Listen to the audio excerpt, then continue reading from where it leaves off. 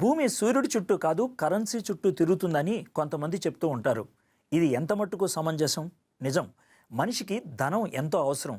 కానీ ధనం ఉండాల్సిన చోట ఉండకపోతే ఏమవుతుందో ఈరోజు మనం గ్రహిద్దాం. ప్రపంచంలో అతి ధనవంతుల యొక్క జాబితాలో ఈ మధ్యనే చేరినటువంటి వ్యక్తి ఆలీబాబా అనేటువంటి సంస్థకు అధినేత జాక్ మా అనేటువంటి ఆయన ఒక్క మంగళవారం 900 కోట్ల వ్యాపారాన్ని సృష్టి చేసి ఆయన ప్రపంచ రికార్డుని స్థాపించాడు. బిల్ గేట్స్ అనేటువంటి ప్రపంచ ధనవంతుల్లో మొట్టమొదటి వ్యక్తితో పోటీ పడుతున్నటువంటి జాక్మే ఈ మధ్యన కొన్ని మాటలు చెప్తున్నప్పుడు ఆ మాటలు వింటూ ఉంటే ఎవరికైనా ఆశ్చర్యాన్ని కలిగిస్తుంది. నేను ధనవంతుడిని కాకముందు ప్రపంచమంతా కూడా నన్ను జాక్ మాగా చూశారు. కానీ ఈరోజు నన్ను జాక్ మాగా చూడరు, ధనవంతుడిగా చూస్తూ ఉంటారు. నేను ఎప్పుడైతే ధనవంతుడినయ్యానో నా యొక్క ఉనికిని కోల్పోయాను, నాకున్నటువంటి గుర్తింపును కోల్పోయాను అని అంటున్నాడు.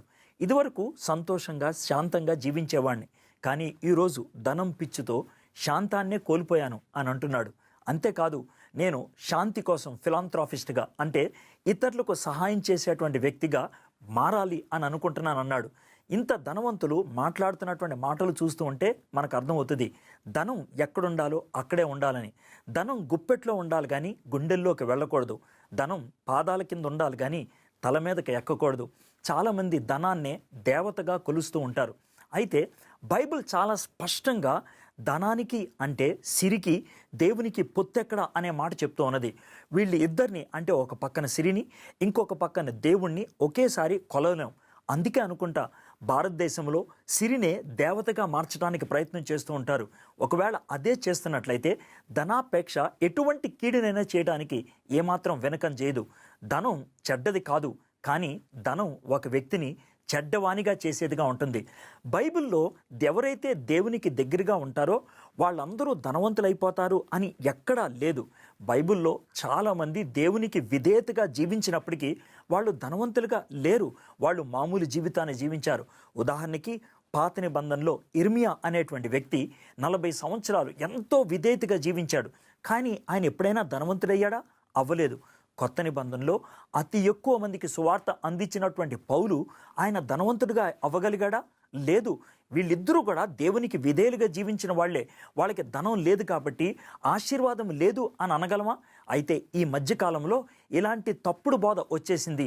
నువ్వు దేవుని చేత ఆశీర్వదించబడినట్లయితే ధనవంతుడు అవుతావని. అవ్వాల్సిన అవసరం లేదు. ధనం కంటే అతి ప్రాముఖ్యమైంది హృదయంలో శాంతిని అనుభవించడం, దేవునికి దగ్గర అవ్వటం. ఒకవేళ దేవుడికి మనకి మధ్యన సిరి అడ్డుగా ఉన్నట్లయితే ఆ సిరిని తొలగించుకోవడానికి మనం ప్రయత్నం చేయాలి. మీ జీవితం ఎలా ఉంటుంది? దేవునికి దగ్గరగా ఉండగలుగుతుందా? ఒకవేళ సిరి అంటే ధనం అడ్డుగా ఉన్నట్లయితే, దేవా నిన్ను ప్రేమించడం నాకు నేర్పించు ప్రభువా, నాకు కావలసినంత మట్టుకే నాకు ధనాన్ని ఇవ్వు ప్రభువా అని మీరు అడగలుగుతారా? పౌలు భక్తుడు అందుకనే చాలా అద్భుతంగా ప్రార్థన చేశాడు. ఏమన్నా తెలుసా? నన్ను ధనవంతుని చేయొద్దు, ఒకవేళ ధనవంతుని చేసినట్లయితే నిన్ను మర్చిపోతానేమో.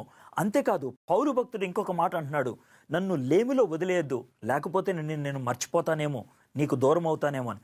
మనకి ఎంత అవసరమో దేవుడు మనకి అనుగ్రహించడానికి ఇష్టపడుతున్నాడు.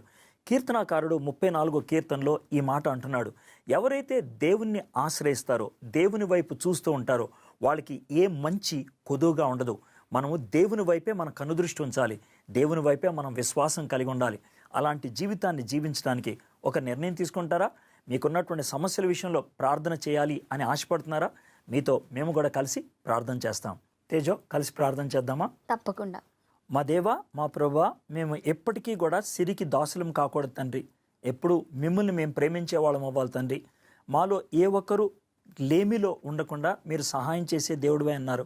ఈరోజు ఎంతమంది అయితే ప్రభా మాతో కలిసి ప్రార్థన చేస్తున్నారో తండ్రి, వారి అవసరతలు తీర్చండి ప్రభా. అంతేకాదు ధనాన్ని అపేక్షించే వాళ్ళగా లేకుండా చేయమని అడుగుచున్నాం. ఈ ప్రార్థన విన్నందుకు మీకు వందనాలు. యేసే నామములో ప్రార్థన చేయించున్నాం. ఆమేన్, ఆమేన్.